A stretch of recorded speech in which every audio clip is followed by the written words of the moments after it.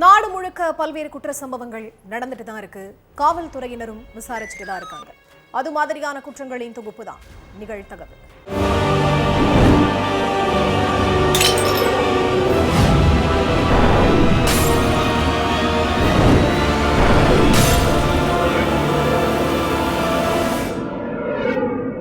நிகழ்தகவு. கால்வாய்க்குள் பாதி அழுகிய நிலையில் சடலமாக கிடந்த இளம்பெண். சடலத்தை மீட்டு போஸ்ட்மார்ட்டத்துக்கு அனுப்பிய போலீஸ். சிசிடிவி காட்சி, மிஸ்ஸிங் கேஸ் என அனைத்தையும் ஆய்வு செய்து விசாரணை. எந்த ஒரு துப்பும் கிடைக்காமல் திணறி வரும் போலீஸ். காட்டு பகுதிக்குள் உயிரிழந்து கிடந்த இளம்பெண் யார்? நடந்தது என்ன?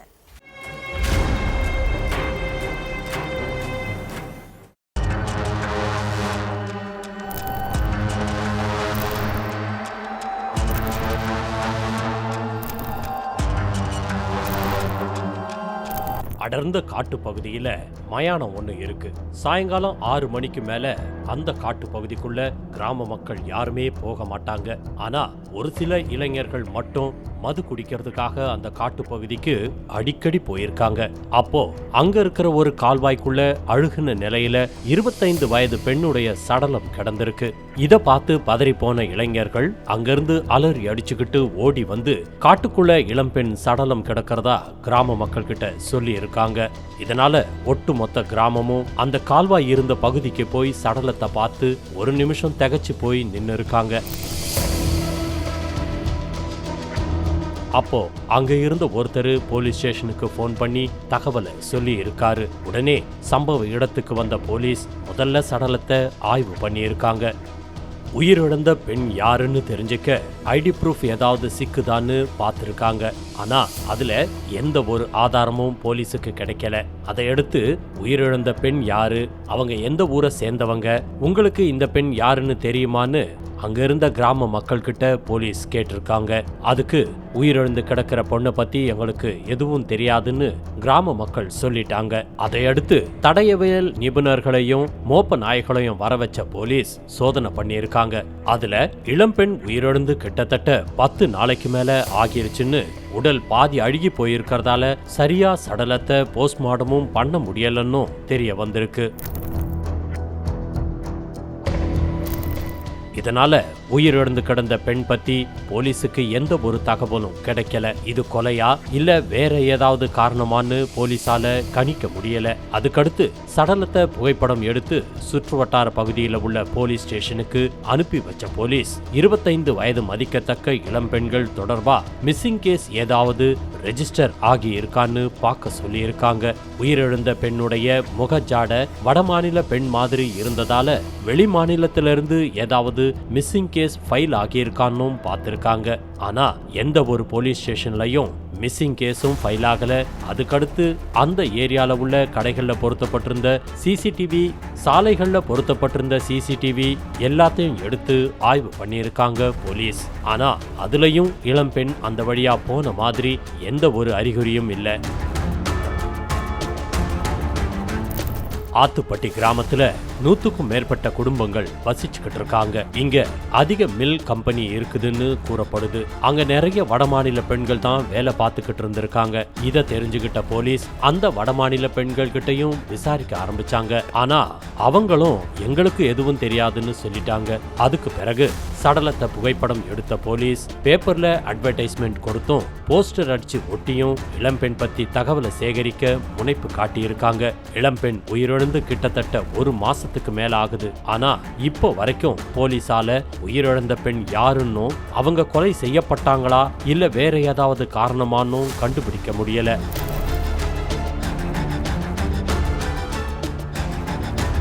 தமிழகத்துல பல கொலை வழக்குகள்ல இப்ப வரைக்கும் கொலையாளிகளை கண்டுபிடிக்க முடியாம போலீஸ் திணறிக்கிட்டு இருக்காங்க. அதன்படி இந்த வழக்குலையும் எந்த ஒரு துப்பும் கிடைக்காமலையும் தடயங்கள் எதுவும் கிடைக்காமலையும் போலீஸ் விழிபிதுங்கி போய் நிக்கிறாங்க. இந்த வழக்குல தீர்வு கிடைக்குமா இல்ல யாரும் புகார் கொடுக்காததால வழக்க போலீஸ் கைவிட்டுருவாங்களான்னு பொறுத்திருந்துதான் பார்க்கணும். துணியால் சுற்றப்பட்ட நிலையில் கால்வாயில் கிடந்த ஆண் சடலம். இறந்து கிடந்த ஆண் யார் என்பதை கண்டுபிடிக்க முடியாமல் திணறிய போலீஸ்.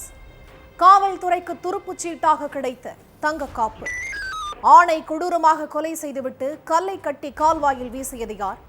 கொடூர சம்பவத்தின் பின்னணி என்ன?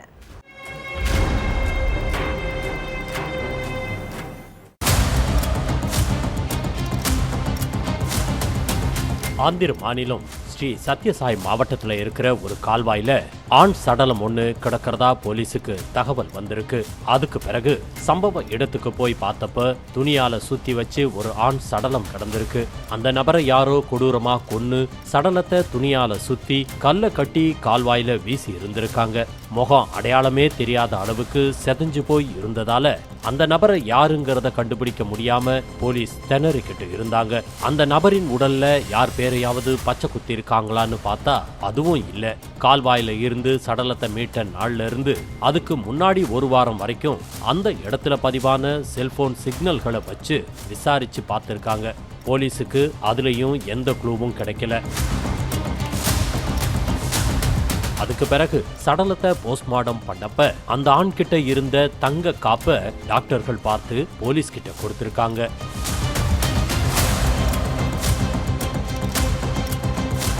இந்த கேஸ்ல அந்த தங்க காப்பு தான் போலீஸுக்கு துருப்பு சீட்டா அமைஞ்சிருக்கு. அந்த காப்புல இருந்த ஹால்மார்க் முத்திரைய வச்சு அது ஸ்ரீ சத்யசாய் பகுதியில் உள்ள ஒரு நகை கடையில இருந்து வாங்கினது அப்படிங்கறத போலீஸ் கண்டுபிடிச்சிருக்காங்க. அதுக்கு பிறகு நேரா அந்த கடைக்கு போய் தங்க காப்பை காட்டி விசாரிச்சப்ப அத வாங்கரகுண்டா கிராமத்தை சேர்ந்த கங்கா பவானிங்கிறவங்க வாங்கி இருக்கிறது தெரிஞ்சிருக்கு. நகையோட பில்லுல இருந்த கங்கா பவானியோட அட்ரஸுக்கு போய் பார்த்தப்ப அந்த வீடு பூட்டி இருந்திருக்கு. அதனால பில்லுல இருந்த செல்போன் நம்பருக்கு போலீஸ் கால் பண்ணி பார்த்திருக்காங்க.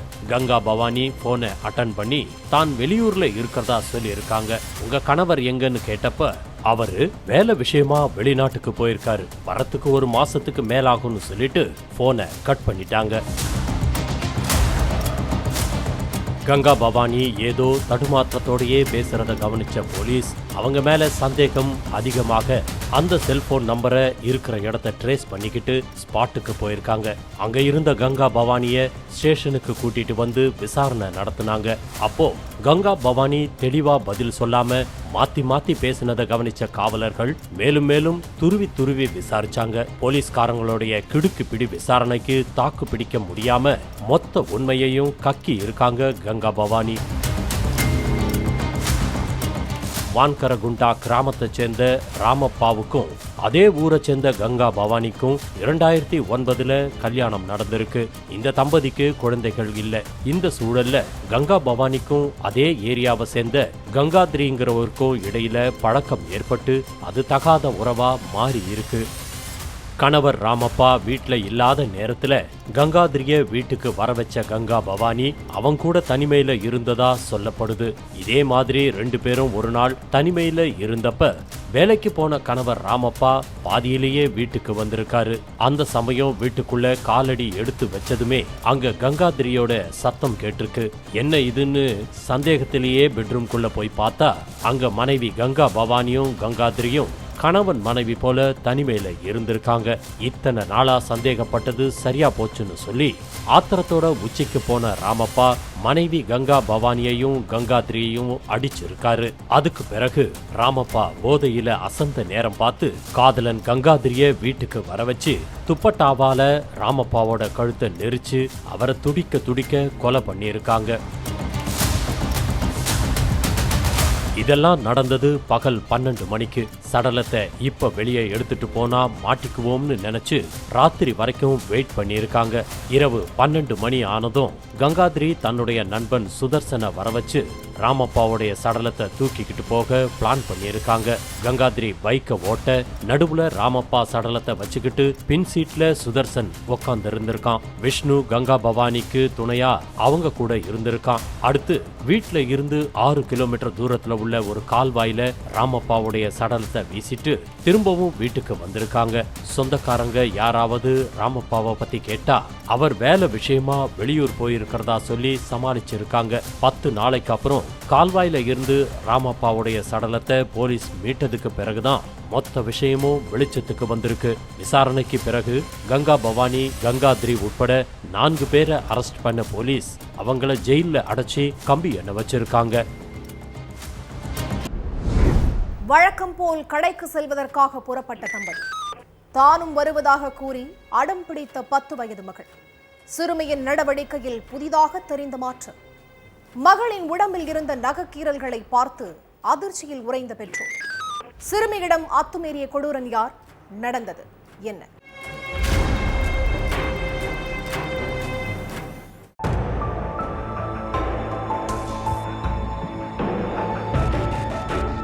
நான்காம் வகுப்பு படிச்சுக்கிட்டு இருக்கிற மகள் பள்ளி விடுமுறை நாட்கள்ல வீட்டுல இருக்கவே பிடிக்கல. நானும் உங்க கூட வரேன்னு சொல்லி அவங்க அப்பா அம்மா கிட்ட அழுதுருக்கா.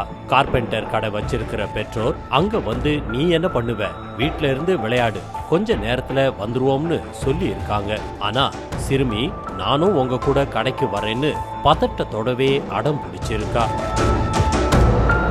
லீவு நாட்கள்ல வீட்டுல இருக்கணும், விளையாடணும், டிவி பார்க்கணும்னு தான் ஆசைப்படுவாங்க. ஆனா நம்ம பொண்ணு மட்டும் ஏன் எப்பவும் இல்லாம கடைக்கு வரேன்னு இப்படி அடம் பிடிக்கிறா அப்படிங்கிற கேள்வி பெற்றோருக்கு வந்திருக்கு. அது மட்டும் இல்லாம கொஞ்ச நாளாவே மக எந்நேரமும் சோகமாவே இருக்கிறதையும் கவனிச்சிருக்காங்க. ஏன் சோகமா இருக்கிற, எதுக்கு வீட்டுல இருக்காம எங்க கூட வரேன்னு கேக்குற அப்படின்னு கேட்டிருக்காங்க தாய். அதெல்லாம் ஒண்ணுமில்லமா, வீட்டுல இருக்க பிடிக்கலன்னு சொன்ன சிறுமியோட கண்ணுல இருந்து கண்ணீர் வடிஞ்சிருக்கு. அதை பார்த்து அதிர்ச்சியான தாய் மகளுடைய கைய பிடிச்சி என்னாச்சுன்னு கேட்டப்பதான் வலிக்குதுமா, தொடாதீங்க அப்படின்னு அழுதுருக்கா. மகளுடைய கை கால்னு நிறைய இடங்கள்ல நகைக்கீறல்கள் இருந்திருக்கு. இத பார்த்து ஷாக்கான பெற்றோர் ஏன் இப்படி கீறலா இருக்குன்னு துருவி துருவி கேட்டப்பதான் மக சொன்ன பதில் தூக்கி வாரி போட்டிருக்கு. வேலூர் குடியாத்தத்துல இருக்கிற ஒடக்கத்தூர் பகுதியில உள்ள சிறுமியோடைய அப்பா சொந்தமா கார்பெண்டர் கடை வச்சு நடத்திக்கிட்டு இருக்காரு.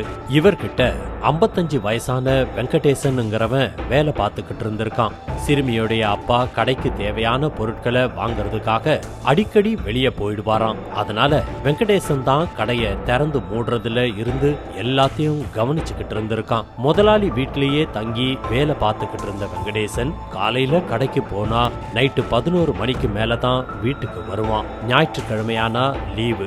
இந்த விடுமுறை நாட்கள்ல சிறுமியோடைய அப்பா மனைவி கூட பொருட்கள் வாங்கறதுக்காக வார வாரம் கடைக்கு போயிருவாராம். அப்படி போகும்போதெல்லாம் தன்னுடைய 10 வயசு மகளை வீட்டுல தான் விட்டுட்டு போவாராம். வீட்டுல வெங்கடேசன் இருக்கான்னு நம்பி 10 வயசு மகளை விட்டுட்டு போன பெத்தவங்களுக்கு அவனாலதான் நம்ம மகளுக்கு நடக்க கூடாததெல்லாம் நடக்க போகுது அப்படிங்கிறது தெரியாம போச்சு. வழக்கம் போல கடந்த ஞாயிற்றுக்கிழமை கடைக்கு பொருட்களை வாங்க கிளம்பி இருக்காங்க.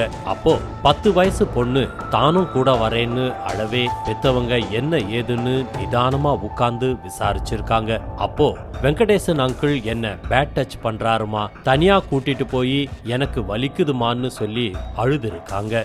அதை கேட்ட உடனே அதிர்ச்சியான பெத்தவங்க இதை ஏன் என்கிட்ட முன்னாடியே சொல்லலன்னு கேட்டப்போ வெங்கடேசன் அங்கிள் தான் இதெல்லாம் உங்ககிட்ட சொன்னா வீட்டுல தனியா இருக்கும்போது அடிச்சிருவேன்னு மிரட்டுறாருன்னு சொல்லி இருக்காங்க. மக சொன்னதை கேட்ட உடனே கொந்தளிச்சு போன பெத்தவங்க குடியாத்தம் அனைத்து மகளிர் காவல் நிலையத்துல வெங்கடேசன் மேல புகார் கொடுத்தாங்க. அந்த புகாரின் அடிப்படையில அவர் மேல போக்சோ வழக்கு பதிவு பண்ணி அவரை அரெஸ்ட் பண்ணி சிறையில தள்ளி இருக்காங்க. பெண் பிள்ளைகளோட நடவடிக்கைகள்ல மாற்றம் தெரிஞ்சாலோ ஒரே விஷயத்தை திரும்ப திரும்ப சொன்னாலோ உடனே பெற்றோர்கள் காது கொடுத்து கேட்கணும் அப்படிங்கிறதுக்கு இந்த சம்பவம் தான் உதாரணம். காட்டு பகுதியில் தலையில்லாமல் கிடந்த இளைஞரின் சடலம். 100 மீட்டர் தொலைவில் கிடந்த தலையை கண்டு அதிர்ச்சி. சிசிடிவி காட்சிகளை வைத்து கொலையாளிகளை பிடித்த போலீஸ். விசாரணையில் காத்திருந்த அதிர்ச்சி தகவல்கள்.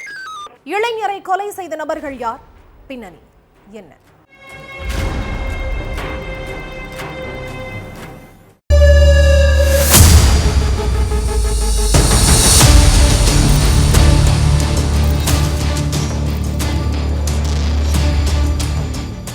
அடர்ந்த காட்டுப்பகுதி. கிராம மக்கள் எல்லாரும் ஒத்தடி பாதை வழியா விவசாய வேலைக்கு போறது வழக்கம். அப்போ அந்த காட்டுப்பகுதியில தலையில்லாம இளைஞருடைய சடலம் ஒண்ணு கிடந்திருக்கு.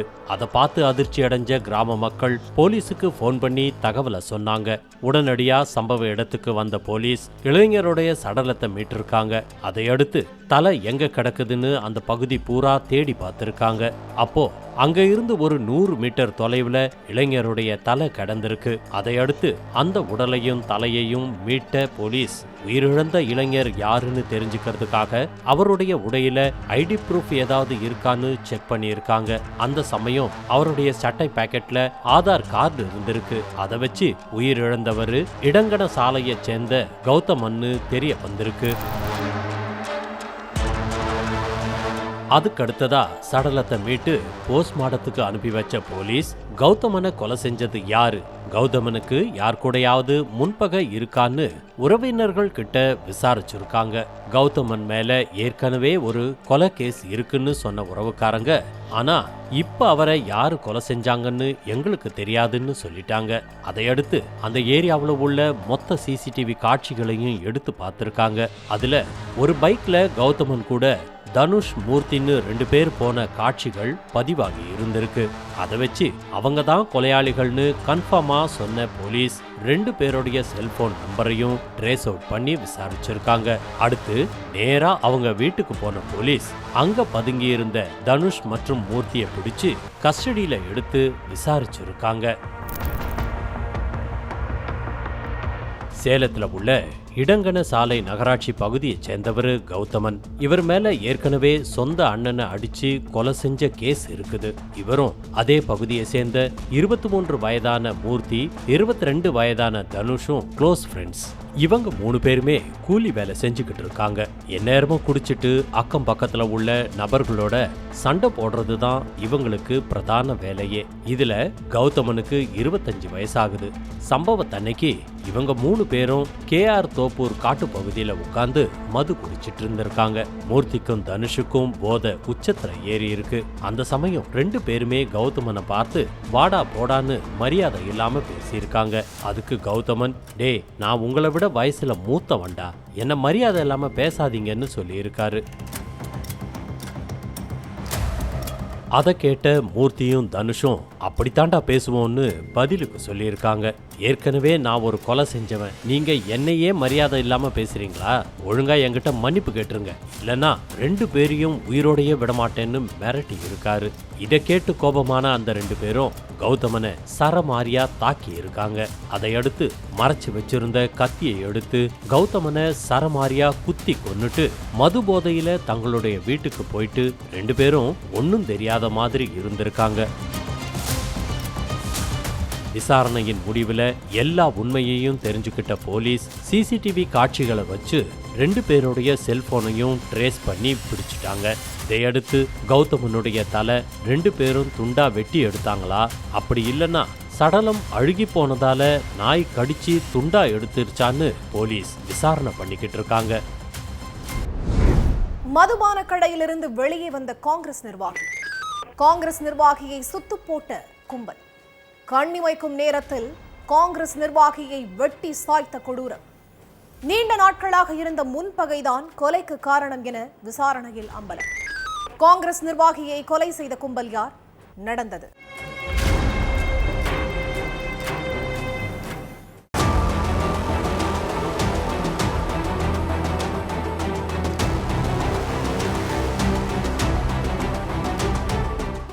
கமலேஸ்வரா பகுதியில ஒயின் ஷாப் ஒன்று இருக்கு.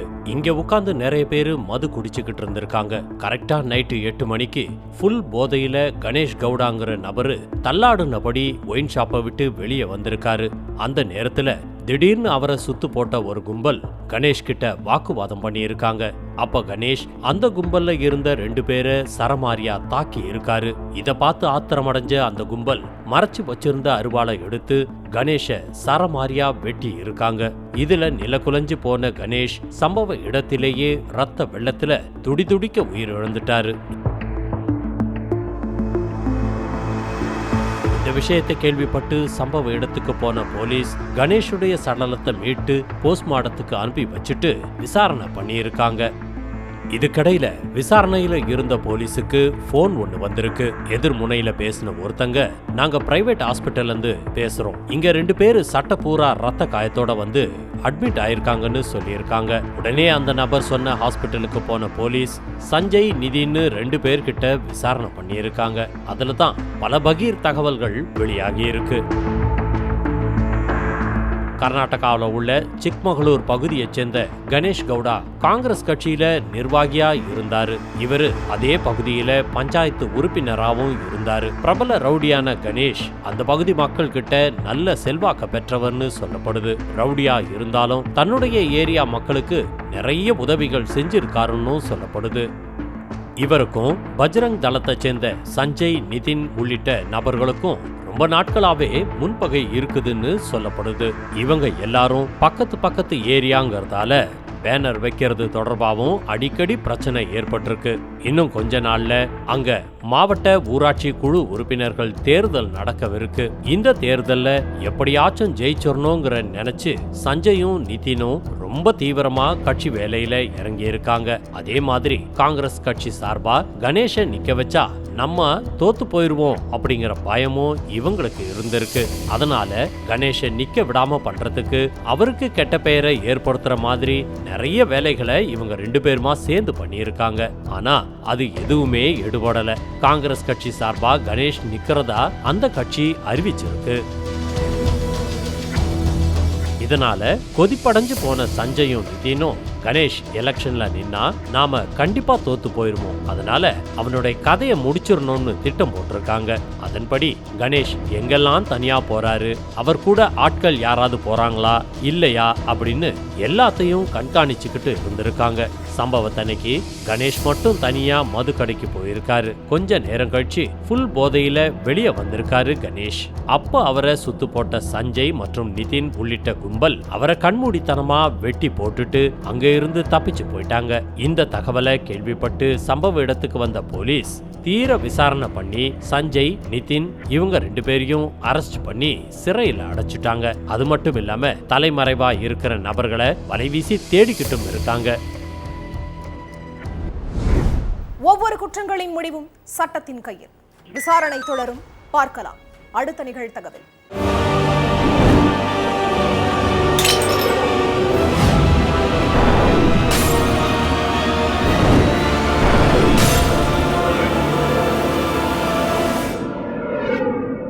நிகழ்தகவு.